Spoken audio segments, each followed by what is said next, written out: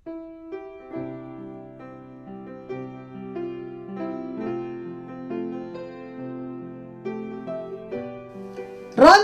Tuhan. Marilah kita membaca Yohanes 11 ayat 1 sampai 6, ayat 17 dan ayat 39 sampai 44. Ada seorang yang sedang sakit, namanya Lazarus. Ia tinggal di Betania, kampung Maria dan adiknya Marta. Maria ialah perempuan yang pernah meminyaki kaki Tuhan dengan minyak mur dan menyekanya dengan rambutnya. Dan Lazarus yang sakit itu adalah saudaranya. Kedua perempuan itu mengirim kabar kepada Yesus, "Tuhan, dia yang engkau kasihi sakit." Ketika Yesus mendengar kabar itu, ia berkata, "Penyakit itu tidak akan membawa kematian, tetapi akan menyatakan kemuliaan Allah. Sebab oleh penyakit itu, Anak Allah akan dimuliakan." Yesus memang mengasihi Marta dan kakaknya dan Lazarus. Namun setelah didengarnya bahwa Lazarus sakit, ia sengaja tinggal 2 hari lagi di tempat di mana ia berada. Maka ketika Yesus tiba, didapatinya Lazarus telah 4 hari berbaring di dalam kubur. Kata Yesus, "Angkat batu itu." Marta, saudara orang yang meninggal itu, berkata kepadanya, "Tuhan, ia sudah berbau, sebab sudah 4 hari ia mati." Jawab Yesus, "Bukankah sudah kukatakan kepadamu, jikalau engkau percaya, engkau akan melihat kemuliaan Allah?" Maka mereka mengangkat batu itu. Lalu Yesus menengadah ke atas dan berkata, "Bapa, aku mengucap syukur kepadamu, karena engkau telah mendengarkan aku. Aku tahu bahwa engkau selalu mendengarkan aku, tetapi oleh karena orang banyak yang berdiri di sini mengelilingi aku mengatakannya, supaya mereka percaya bahwa engkaulah yang telah mengutus aku." Dan sesudah berkata demikian, berserulah ia dengan suara keras, "Lazarus, marilah keluar." Orang yang telah mati itu datang keluar, kaki dan tangannya masih terikat dengan kain kapan, dan mukanya tertutup dengan kain peluh. Kata Yesus kepada mereka, "Bukalah kain-kain itu dan biarkan ia pergi." Dari ayat-ayat di atas kita mengerti bahwa ketika Lazarus jatuh sakit, maka saudarinya mengirim kabar tersebut kepada Tuhan Yesus dengan harapan bahwa Tuhan Yesus akan segera datang untuk menyembuhkan Lazarus. Tetapi justru Tuhan Yesus dengan sengaja tinggal 2 hari lagi di tempatnya sebelum akhirnya ia menuju tempat Lazarus. Maka ketika Tuhan Yesus tiba, Lazarus telah 4 hari berbaring di dalam kubur.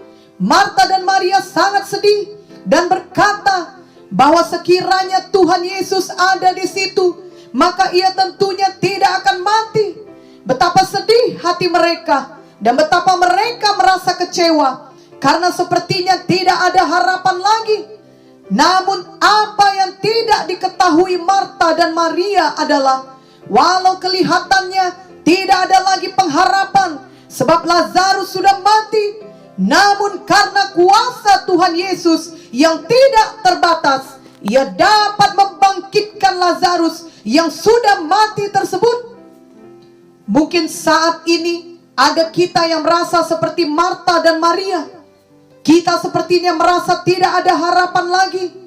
Di tengah pandemi COVID-19 ini, kita sangat membutuhkan pertolongan Tuhan.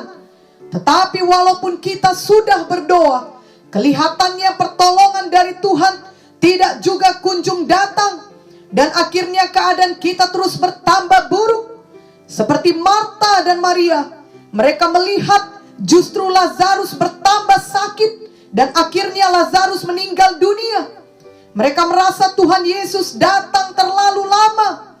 Kita juga mungkin melihat bisnis atau usaha kita bertambah buruk dan menuju kematian atau kebangkrutan.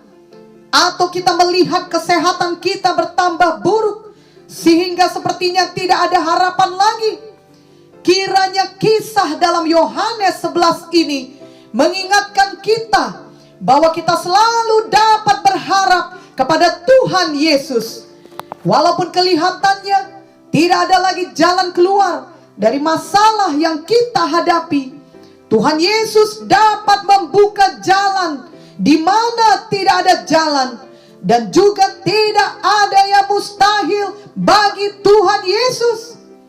Sama seperti Tuhan Yesus memanggil nama Lazarus, lalu Lazarus pun datang keluar dari kuburnya dan hidup kembali. Tuhan Yesus sebenarnya juga memanggil nama kita masing-masing. Tuhan Yesus mengenal kita pribadi lepas pribadi. Ia tahu apa yang sedang kita hadapi setiap hari. Tuhan Yesus sangat mengasihi kita. Ia sudah mati di kayu salib untuk menebus kita dari segala dosa kita, dan Ia mau memulihkan hidup kita. Ingatlah bahwa Tuhan Yesus berkuasa membangkitkan hal-hal yang sudah mati di dalam hidup kita. Apakah itu bisnis yang mati, hubungan yang mati, bahkan damai sejahtera yang sudah mati, atau yang sudah lama hilang dari hidup kita. Di dalam Tuhan Yesus, semuanya dapat menjadi baru kembali. Oh, biarlah hati kita benar-benar percaya kepadanya dan kepada firman-Nya. Janganlah menjadi putus asa bila kelihatannya pertolongan Tuhan belum juga kunjung tiba. Waktu Tuhan kerap kali berbeda dengan waktu kita. Cara Tuhan juga kerap kali berbeda dengan cara kita. Ya, Tuhan yang Maha Tahu dan Maha Kuasa. Tentunya cara Tuhan dan waktu Tuhan jauh lebih baik daripada apa yang dapat kita pikirkan atau rancangkan. Yesaya 55 ayat 8-9 berkata, sebab rancanganku bukanlah rancanganmu, dan jalanmu bukanlah jalanku. Demikianlah firman Tuhan. Seperti tingginya langit dari bumi, demikianlah tingginya jalanku dari jalanmu, dan rancanganku dari rancanganmu. Marta dan Maria mempunyai rancangan mereka sendiri. Mereka mau Tuhan Yesus segera datang dan menyembuhkan Lazarus. Tetapi apa yang mereka rancangkan tersebut tidak terjadi. Tuhan Yesus tidak juga kunjung datang, dan Lazarus pun sudah meninggal. Namun bagian terbaiknya adalah rancangan Tuhan jauh lebih baik daripada rancangan Marta dan Maria. Jika Marta dan Maria merancangkan kesembuhan bagi Lazarus, Tuhan Yesus merancangkan kebangkitan bagi Lazarus. Itu adalah hal yang jauh lebih luar biasa. Itu adalah mukjizat dahsyat yang tidak terpikirkan oleh Marta dan Maria. Demikianlah juga kepada kita semua pada zaman sekarang ini. Pikiran kita sebagai manusia tetap terbatas. Sehebat apapun kita, adalah baik kita merancangkan kehidupan kita ataupun merancangkan solusi terbaik yang dapat kita pikirkan untuk mengatasi masalah kehidupan yang sedang kita alami. Namun ketika segala sesuatu tidak terjadi seperti yang sudah kita rancangkan, janganlah berputus asa. Tetaplah percaya kepada Tuhan. Tuhan Yesus selalu punya rancangan yang jauh lebih baik bagi kita semua, anak-anaknya, melebihi apa yang dapat kita pikirkan. Janganlah pernah meragukan kasih Tuhan. Apalagi di dalam pandemi COVID-19 sekarang ini, marilah kita justru semakin percaya kepada Tuhan.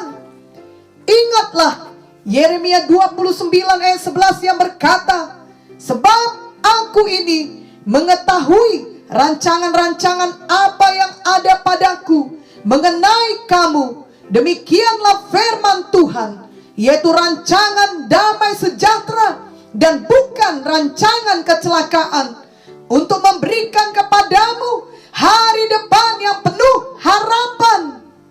Inilah rancangan Tuhan bagi kita, dan inilah yang harus tetap kita ingat dan tetap kita percayai dan pegang setiap hari. Bahkan ketika kita mengalami suatu situasi yang kelihatannya tidak juga kunjung membaik, janganlah pernah melepaskan kepercayaan kita kepada Tuhan. Ingatlah kisah Yusuf yang penuh dengan situasi yang tidak baik, di mana Yusuf mengalami banyak penderitaan. Karena Yusuf percaya kepada saudara-saudaranya, ia menceritakan isi mimpinya kepada mereka, tetapi justru mereka bertambah iri hati kepadanya. Saudara-saudara Yusuf memasukkan Yusuf ke dalam sumur dan hendak membunuhnya. Akhirnya Yusuf dijual dan menjadi budak di Mesir. Setelah itu Yusuf difitnah pula oleh istri Potifar dan ia dijebloskan ke dalam penjara. Yusuf tidak melakukan kesalahan, namun ia mengalami penderitaan, bahkan sampai masuk ke dalam penjara. Dan tentunya dari sudut pandang Yusuf pada masa itu, ia tidak tahu kapan penderitaannya akan berakhir. Ketika ia menolong juru minuman Firaun, ia justru dilupakan begitu saja. Kelihatannya tidak ada lagi jalan keluar bagi Yusuf yang sedang dipenjara. Tentunya Yusuf tidak akan merancangkan bagi dirinya untuk diperlakukan demikian. Ia tidak akan merancangkan kehidupannya penuh dengan penderitaan, apalagi sampai dimasukkan ke dalam penjara.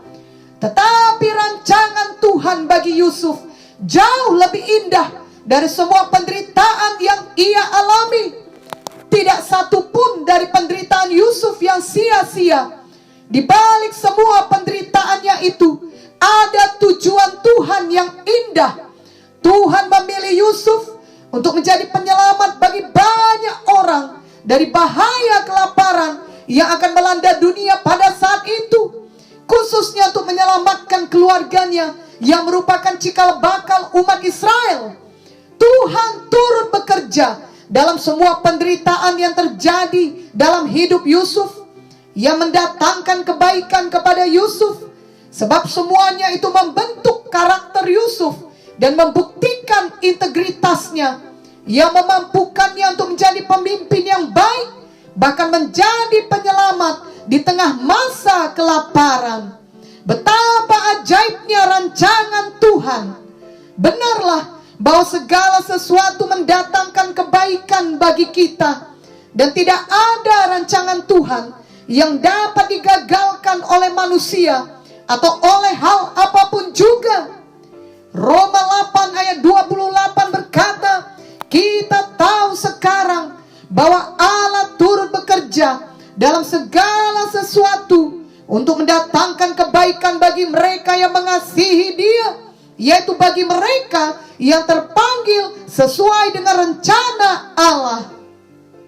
Dan Ayub 42 ayat 2 berkata, aku tahu bahwa engkau sanggup melakukan segala sesuatu dan tidak ada rencanamu yang gagal.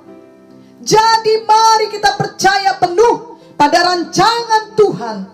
Walaupun cara Tuhan dan waktu Tuhan tidak seperti yang kita rancangkan, tetapi pasti itu jauh lebih baik dan lebih luar biasa.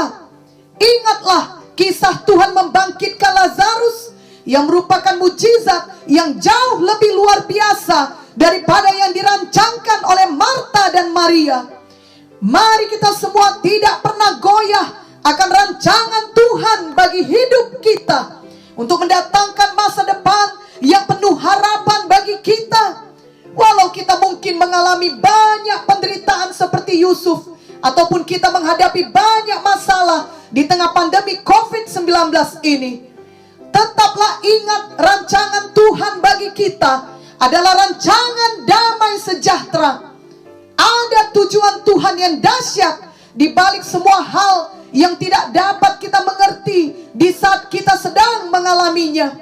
Bagian kita adalah tetap tidak mau melakukan kejahatan dan tidak mau berbuat dosa terhadap Tuhan, tetapi mau dibentuk oleh Tuhan dalam semua proses yang tidak nyaman tersebut, sebagaimana Tuhan membentuk Yusuf dalam tahun-tahun penderitaannya. Itu semuanya untuk mempersiapkan kita bagi rancangan Tuhan yang indah bagi kita, melebihi apa yang dapat kita pikirkan sekarang ini. Jadi janganlah pernah berhenti beriman dan mematuhi Tuhan selalu. Janganlah pernah berhenti menabur dalam roh. Janganlah pernah berhenti berbuat baik. Dan tentunya janganlah pernah berhenti menginjil dan memuridkan jiwa-jiwa. Mari terus lakukan apa yang dapat kita lakukan di tengah pandemi COVID-19 ini. Roh Kudus pasti memimpin kita setiap hari dan memberikan kita hikmat dan kuasanya untuk memampukan kita hidup dengan menang. Janganlah putus asa oleh karena banyaknya penderitaan atau persoalan yang belum kunjung usai. Dan janganlah pernah menyerah dalam melayani Tuhan Yesus. Ingatlah bahwa setiap hari kita semakin dekat kepada hari kedatangan Tuhan kembali. Sebagai anak-anak Tuhan, marilah kita tetap maju, tetap percaya, tetap hidup dengan iman dan kepatuhan kepada Tuhan. Karena kita memiliki jaminan bahwa rancangan Tuhan yang baik tersebut pasti dijadikan dalam hidup kita semuanya. Filipi 1 ayat 6 berkata, akan hal ini aku yakin sepenuhnya, yaitu Ia yang memulai pekerjaan yang baik di antara kamu akan meneruskannya sampai pada akhirnya pada hari